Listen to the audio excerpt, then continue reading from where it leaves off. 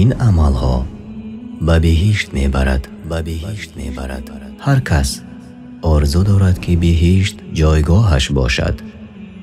عملهای زیرین را اجرا کنید و به وعده الله سبحانه و تعالی انتظار باشد. همان کسانی که در همه حالت نمازهایشان را میخوانند و چیزی آنان را از نماز مشغول نمیسازد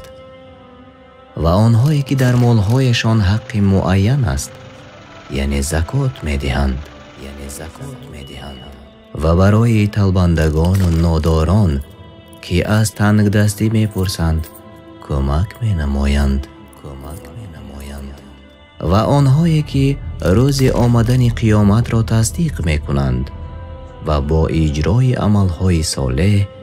به این روز تیاری میبینند و آنانی که از پروردگارشان میترسند چرا که از عذاب پروردگارشان در امان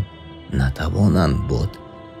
و همان کسانی که شرمگاهشان را از حرام نگه می‌دارند و زنا نمی‌کنند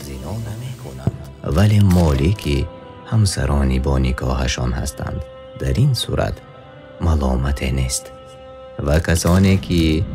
امانت‌ها و عهدهای خود را رعایت می‌کنند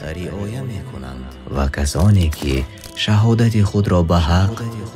به تغییر و پوشش ادا می‌کنند و کسانی که نمازهایشان را در وقتش می‌خوانند و یگان واجب را از آن ترک نمی‌کنند اینها در باغ‌های بهشت گرامی داشته می‌شوند.